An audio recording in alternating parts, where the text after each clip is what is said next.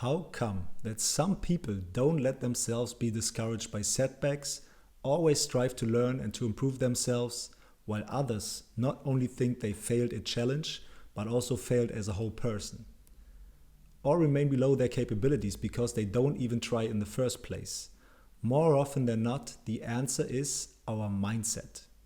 In this video, I talk about the psychological mechanisms behind the growth mindset and why it matters for flow, and I will give practical tips for you to develop a strong mindset.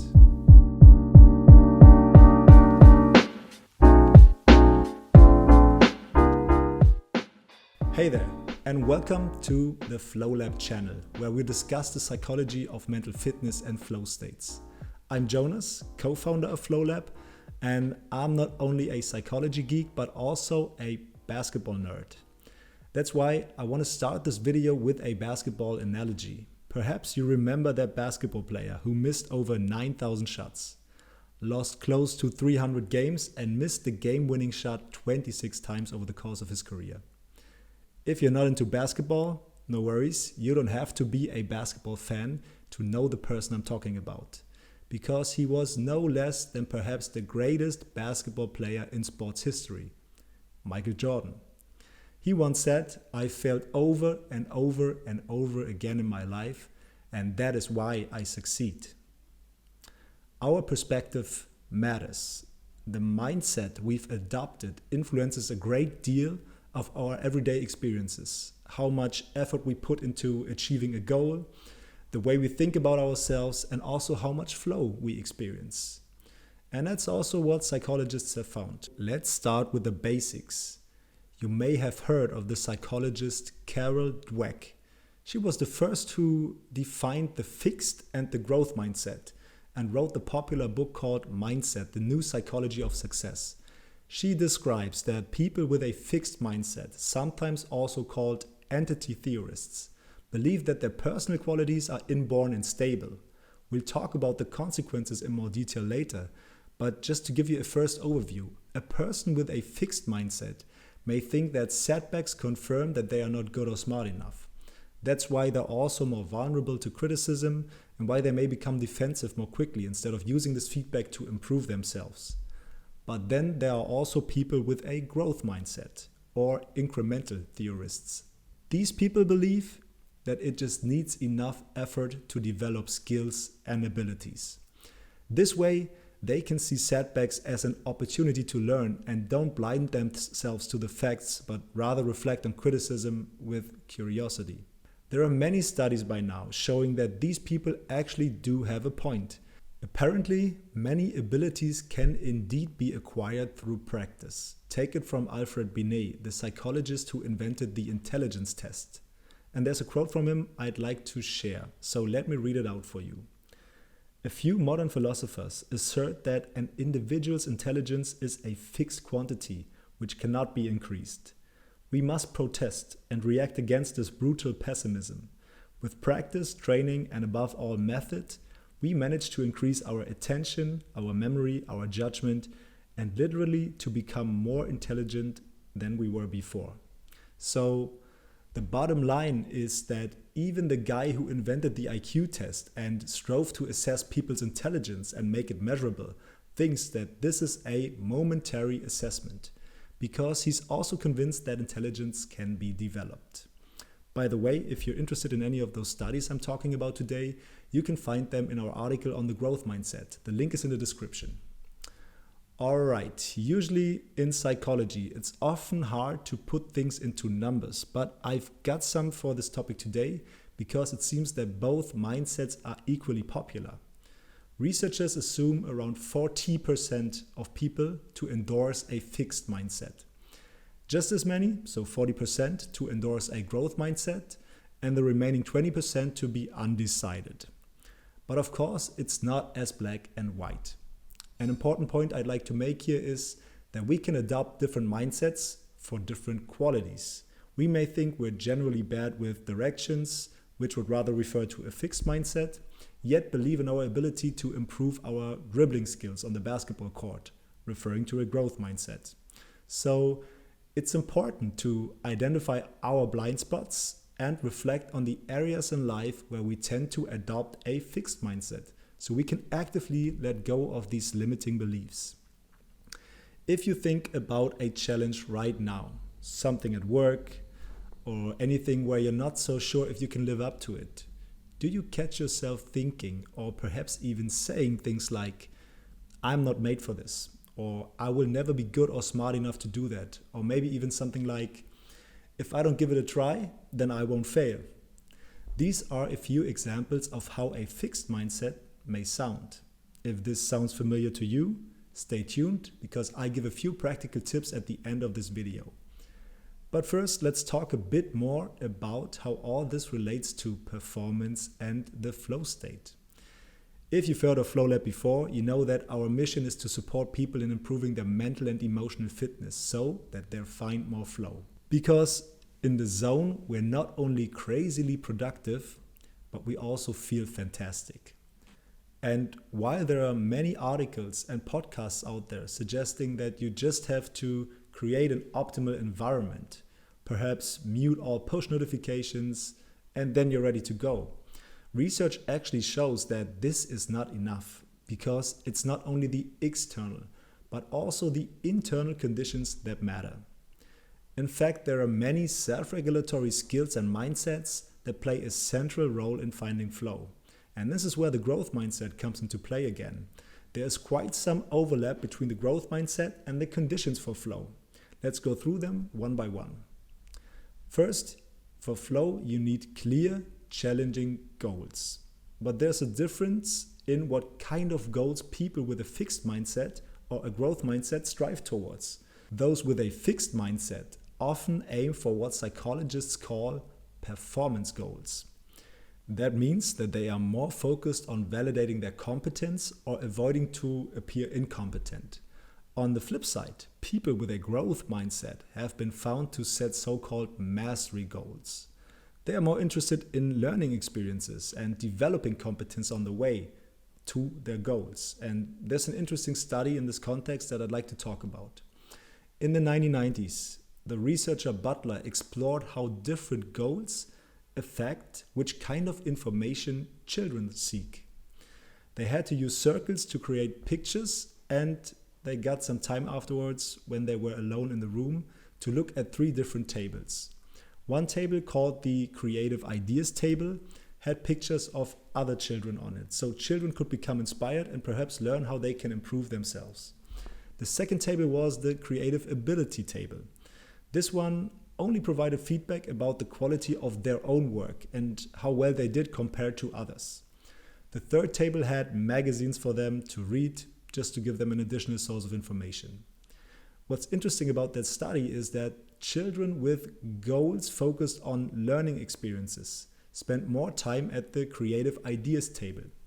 It seems that they were more interested in improving their skills rather than evaluating how they performed compared to the other children, or avoiding feedback altogether. So the type of goal you set influences the type of feedback that you seek. And goals focused on learning help you to also pay more attention to information that helps you learn. And then there's also research on that in the area of flow, showing that mastery goals are linked to more flow experiences.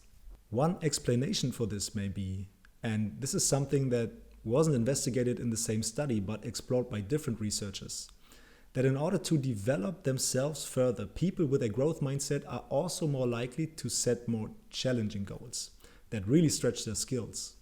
And we know that we need a certain amount of challenge for flow, so people with a growth mindset who set more ambitious goals may in turn make flow more likely. And the general idea behind this is that this unique peak experience involves a growth principle, where people need to seek increasingly complex challenges and step out of their comfort zone. Put in numbers, the 4% rule explains that the demands of a task need to be perceived around 4% higher than an individual's perceived skills. In other words, a task needs to appear challenging yet doable, something a person with a growth mindset is more likely to actively pursue. Well, and finally, psychologists found that mastery goals increase intrinsic motivation, which is another key to getting in the zone. And then the second point involves feedback and obstacles. Every challenging long-term goal will sooner or later put your abilities and also your resolve to the test. And again, the mindset is really decisive for how people cope with these obstacles and setbacks. In general, if we try to break it down, those with a fixed mindset tend to throw in the towel when it gets uncomfortable. Let's take guitar lessons, for example. Imagine someone wants to learn the chords and play a few songs. And if you've ever tried to learn how to play the guitar yourself, you may know that bar chords are always a tricky thing in the beginning. Someone with a fixed mindset may become desperate and perhaps say that playing the guitar isn't something for them and give up. Generally, they also tend to avoid feedback so they can protect their self-esteem and tend to blame mistakes or failures on external causes. Perhaps they failed the exam because of construction work outside, the teacher whose grading or exam questions were unfair, or the roomie who convinced them to stay up late the night before the exam. People with a growth mindset are said to be more resilient. They know that setbacks and criticism are part of learning and growth and rather look for ways to overcome these hurdles and improve their weaknesses. It would be awesome if this was also more supported in organizations, because studies show they could really benefit from a learning from error climate, which basically means that making mistakes is seen as some kind of feedback on how to improve. And maybe these mistakes can also be beneficial because they can foster creativity, for example. But that's something for another episode. One study on the learning from error climate, for example, showed that if organizations embrace this mindset and communicated that it's okay to make mistakes, they not only promoted the growth mindset in their workers, but also facilitated their flow experiences. If employees know that they won't be punished in case they goofed up, they be brave enough to persist, and even when facing obstacles. This is a skill that is also central to people who frequently find flow, so-called autotelic individuals. They don't look for excuses of why they can't do something or why something didn't work out, which brings us to the third aspect, our self-esteem. We do a lot to maintain a positive view of ourselves. There are theories on a psychological immune system that engages biased thoughts and behaviors whenever our self-esteem gets threatened. This may explain why people with a fixed mindset fall back to certain strategies that psychologists coined self-handicapping and self-enhancement. Self-handicapping is when we're intentionally sabotaging our performance, so we'll have an excuse of why it didn't work out. Take, for example, procrastination. You may already know that procrastination doesn't necessarily have to be a matter of bad time management, but may rather be related to anxiety and fear of failure. We have an entire video about procrastination. If you want to dive deeper, I put it in the description box as well. But briefly, if you are afraid to fail, handicapping yourself by putting off your tasks may be more comfortable, at least in the short term, because if you do fail, you can attribute it to a lack of time rather than ability, or you can tell yourself you didn't want it in the first place. Then people with a fixed mindset may also slip into self-enhancement strategies. This means they evaluate themselves in a way that they can maintain a positive self-view. Remember the tendency to blame failure to external causes we talked about earlier? That's a classic example of self-enhancement. And if you're human, you probably also know that tendency when comparing yourself to others. When thinking of successful people who may be a few steps ahead of you, which thoughts usually cross your mind? Do you notice a feeling of jealousy, or do you think they just got lucky? When comparing themselves with more successful people, which is called upward comparison, people with a fixed mindset easily get stuck in envy and usually feel bad about themselves. That's why they prefer to make downward comparisons with those who are worse off. And well, you probably guessed it, people with a growth mindset don't need this kind of self-esteem protection. They get inspired by people who seem more knowledgeable or skilled and reflect whether they can learn a thing or two from them. They have higher self-efficacy belief, which basically means they believe in their ability to achieve their goals. And they have an internal locus of control. So they are also convinced that they can take responsibility for a certain outcome that's important to them and control it, rather than letting it be determined by fate or luck. The great thing about that is that it triggers an upward spiral. Imagine you believe in your ability to learn whatever you like. You set an ambitious goal and you are deeply convinced that you can tackle this challenge. Pushing your limits makes you find flow more easily. And during flow, you'll be able to best yourself and unleash peak performance. So probably you'll actually succeed and increase your self-efficacy beliefs again. So self-efficacy increases flow, and flow increases self-efficacy. And fun fact, a growth mindset has also been found to reduce stereotypes. If you think back to your school years, did you associate math with more boys or girls? I know this is a cliche example, but that's what 3 researchers explored in more detail. They conducted a study on females' sense of belonging and their performance in a math class.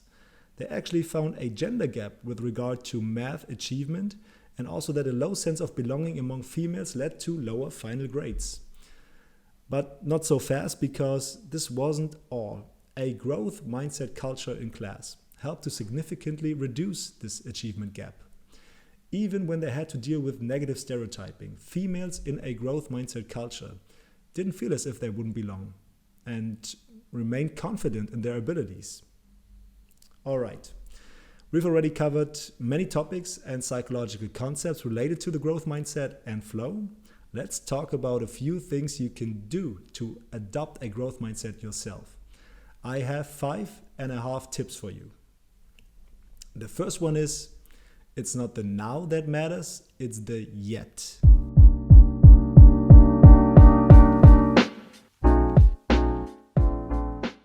Become aware of the language you're using.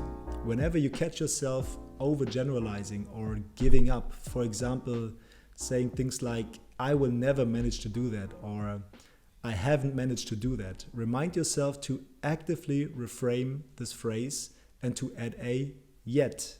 Add the word yet. I haven't managed to do that yet. This small change in phrasing can have a big impact because it already implies that this isn't the ending and you are still on your journey. It takes off the pressure and can help you to let go of perfectionism and of the fear of making mistakes. Number 2, deconstruct a skill you have learned in the past.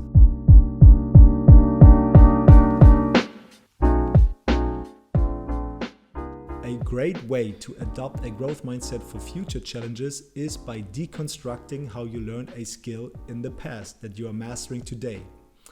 Really take some time to reflect on different phases during the process, from not managing it at all, over the moment you first recognized an improvement, the challenges you overcame, the small steps you took to make continuous progress, the learnings you had until you finally mastered it. Recalling that you have already improved a certain skill in the past can help build confidence for developing new skills in the future. The third tip, set mastery goals.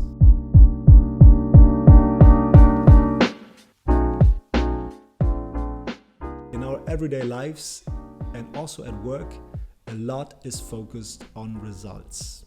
But as you know by now, focusing on the learnings you can have during the process amps up your motivation and also helps you experience more flow. So whenever you're setting a goal, be it to finish that case study for work by the end of the week, to read 10 pages before going to bed, or to order less takeaways, also set a goal for the things you would like to learn during the process. Learning something you didn't know about a certain topic, optimizing your movements when chopping the vegetables, or perhaps learning something about yourself along the way.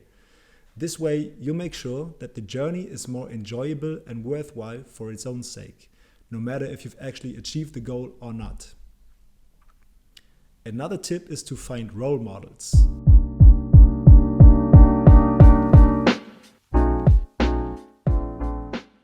Become inspired by people who are ahead of you. Remain curious and do some research on how they got there. You may do an internet search, or if possible, even directly reach out to them. And don't worry if this feels awkward at first. You'll probably see that many people are happy to help because, let's be real, everyone feels flattered and likes being complimented. And keep in mind that they probably put quite some effort into their accomplishments. I'm sure they also encountered quite a few struggles on their journey. But perhaps you get to know a few strategies they used and that you may want to adopt yourself. The next one is why I said 5.5 tips, because this is something you can do if you'd like to promote a growth mindset in others, which is praise the effort.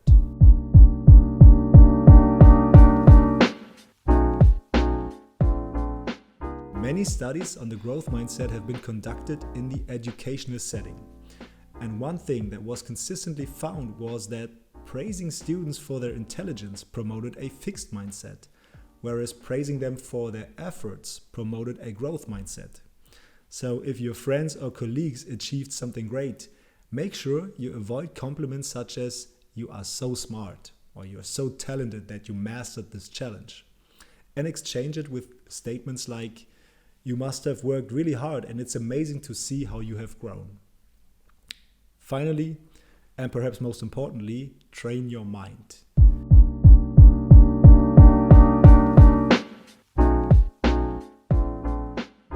Developing a growth mindset does not happen overnight, but requires regular mental training. Because only if you use certain thinking patterns over and over again, they become strengthened in the brain, a process that is called neuroplasticity. So the more you train thinking patterns that relate to a growth mindset, the more they get strengthened on a neuronal level, and the more automated you'll be able to recall them when you need them in your everyday life. So if you haven't downloaded the FlowLab app yet, the link is in the description, of course. You'll find many sessions in the training area called Drive that cover different aspects of the growth mindset. Bounce Back, for example, uses a CBT technique to reframe a setback. Or the guided reflection called Never Not Growing helps you become aware of how you perceive yourself and how you'd like to develop yourself further. All right then. Finishing up, I'd like to leave you with the impulse to always ask yourself if you're open to learning and improving yourself, or if you're looking for excuses right now. No matter whether in a difficult conversation, preparing for the day ahead, when screwing up, or comparing yourself. Thanks a lot for watching the video until the very end. For us, it's the greatest feedback if you tell other ambitious minds about us. It always means a lot. So, if you'd like to support us on our mission, share this channel and follow us on all social media channels, where we also have very compact formats, little science nuggets and practical tips. I'll see you soon. Have a great day.